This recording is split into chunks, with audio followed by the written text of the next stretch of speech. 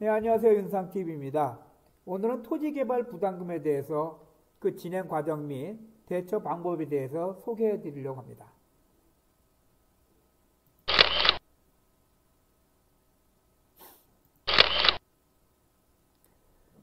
개발 부담금은 토지로부터 발생하는 개발 이익을 환수하여 이를 적정하게 배분하고 토지에 대한 투기를 방지하며 토지의 효율적인 이용을 촉진하고자 하는 제도입니다. 따라서 우리가 개발 부담금을 제대로 이해한다면 부담금을 내지 않을 수도 있습니다. 개발 부담금은 토지에만 적용하는데요. 개발 부담금에 대해서 부과 기준과 부과율, 부과 대상, 그리고 이의제기 방법에 대해서 지금부터 말씀드리도록 하겠습니다. 개발 행위 이후에 개발 비용 산출 내역서를 제출하고 계신가요? 시청으로부터 개발 부담금 부과 예정 통지서를 받으셨나요? 개발 부담금에 궁금해하신 분들이 굉장히 많은데요. 개발 부담금에 대해서 지금부터 알아보도록 하겠습니다. 개발 부담금을 제대로 알면 사전에 충분히 대처할 수 있습니다. 먼저 개발 부담금 부과 기준 면적을 좀 알아보도록 하겠습니다. 2019년 12월 31일까지 한시적 특례 규정에 의해서 특별시, 광역시, 자치도의 도시지역은 1000제곱미터 이상, 기타 도시지역은 1500, 비도시지역, 다시 말해서 관리지역, 농림지역, 자연환경보전지역은 2500제곱미터 이상이면 개발 부담금의 부과 기준이 됩니다.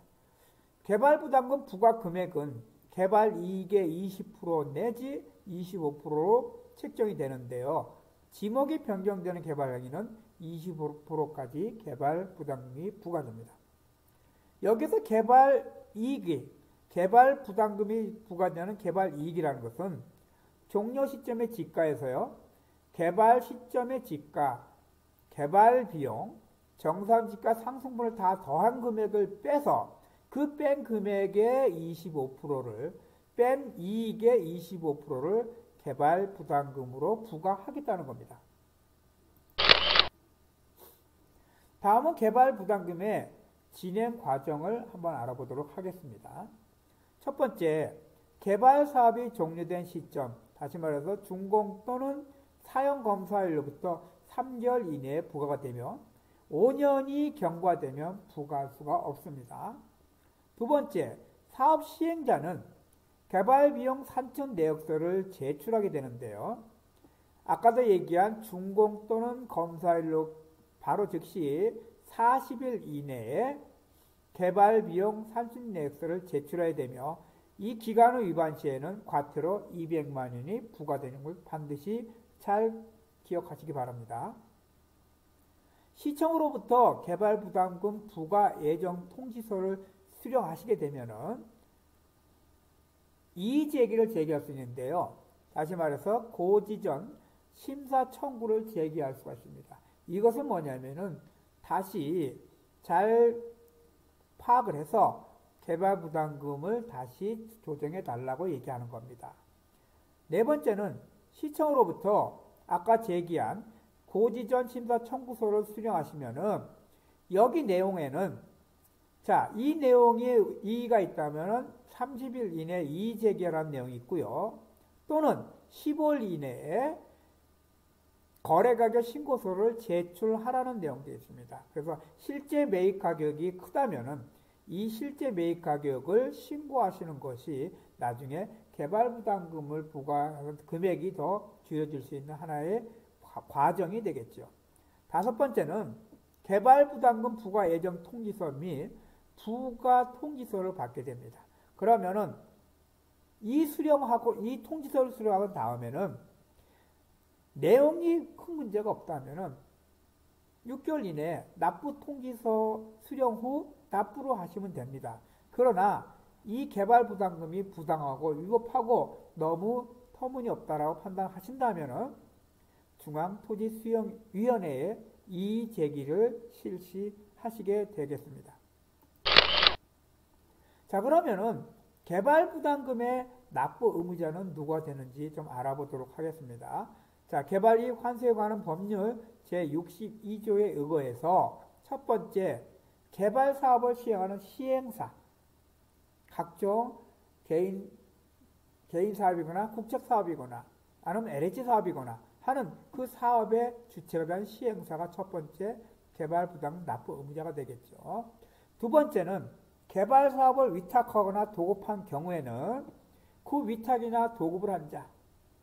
세 번째, 타인의 토지를 임차하여 빌려서 개발 사업을 시행한 경우에는 그 토지의 소유자.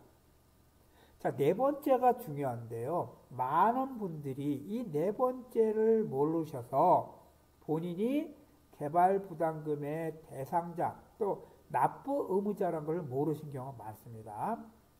개발 사업을 완료하기 전에 1, 2, 3번 다시 말해서 시행사, 도급을 한 자, 그 다음에 토지의 소유자, 이거에 해당하는 자에 이 사람들의 지위를 승계한 경우, 여기서 지위를 승계했다는 얘기는 대부분 매매로, 매입으로 소유권이 바뀌었다는 얘기입니다. 그래서 이런 지위를 승계한 경우에는 그 지위를 승계한 자, 새로운 매입한 소유자가 개발 부담금을 납부해야 된다는 겁니다. 이것을 모르시는 분들이 굉장히 많아서요. 이거에 혼란을 일으키는 분들이 많습니다. 다섯 번째, 개발 부담금을 납부할 자가 조합 해산 또는 조합 재산이 부족한 경우에는, 여기서 말하는 조합이란 것은 주로 아파트 같은 경우는 지역주택조합 아파트나 사회적 협동조합의 아파트 같은 경우는 조합이죠. 이 조합 재산이 부족한 경우에는 그 조합원들이 본인의 분담 비율에 따라서 개발 부담금을 납부하여야 된다는 것입니다.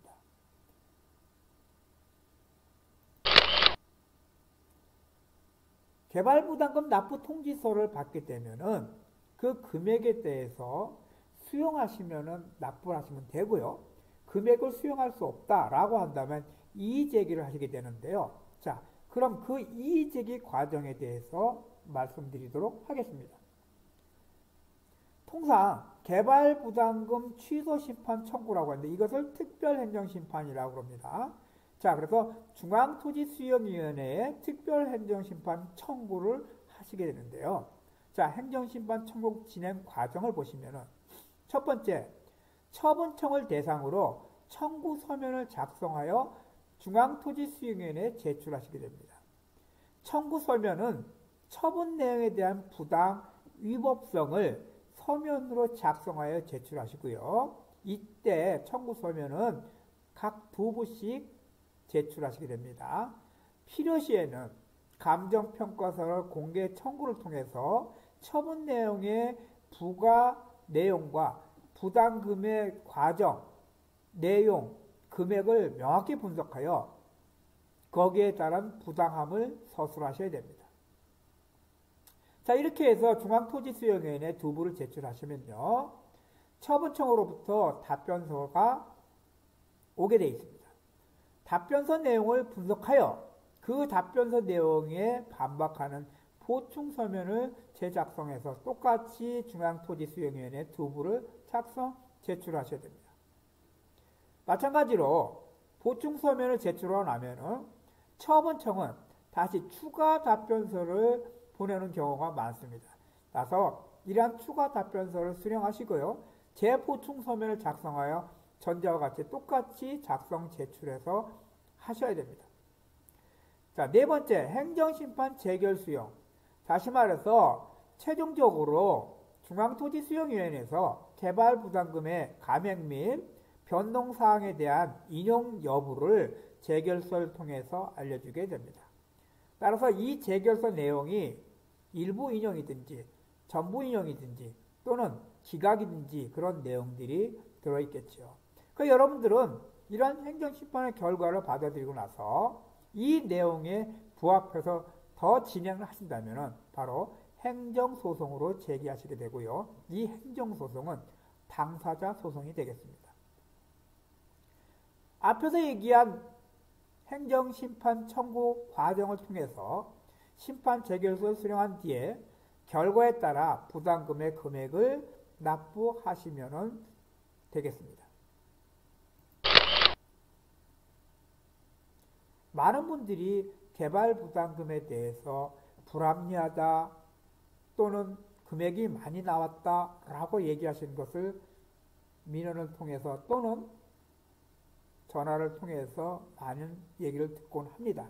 그런데 앞에서도 얘기했지만은 개발 부담금을 좀 더 잘 이해를 하셨다면은 사전에 토지를 매입하는 과정부터 좀 더 명확히 알고 면적이라든지 대상이라든지 또는 개발 부담금을 피해갈 수 있는 그러한 방법들을 좀 아셨다면은 개발 부담금에 대한 부담을 좀 줄였거나 아니면은 매입 과정부터 매입 가격을 낮췄을 것으로 생각합니다.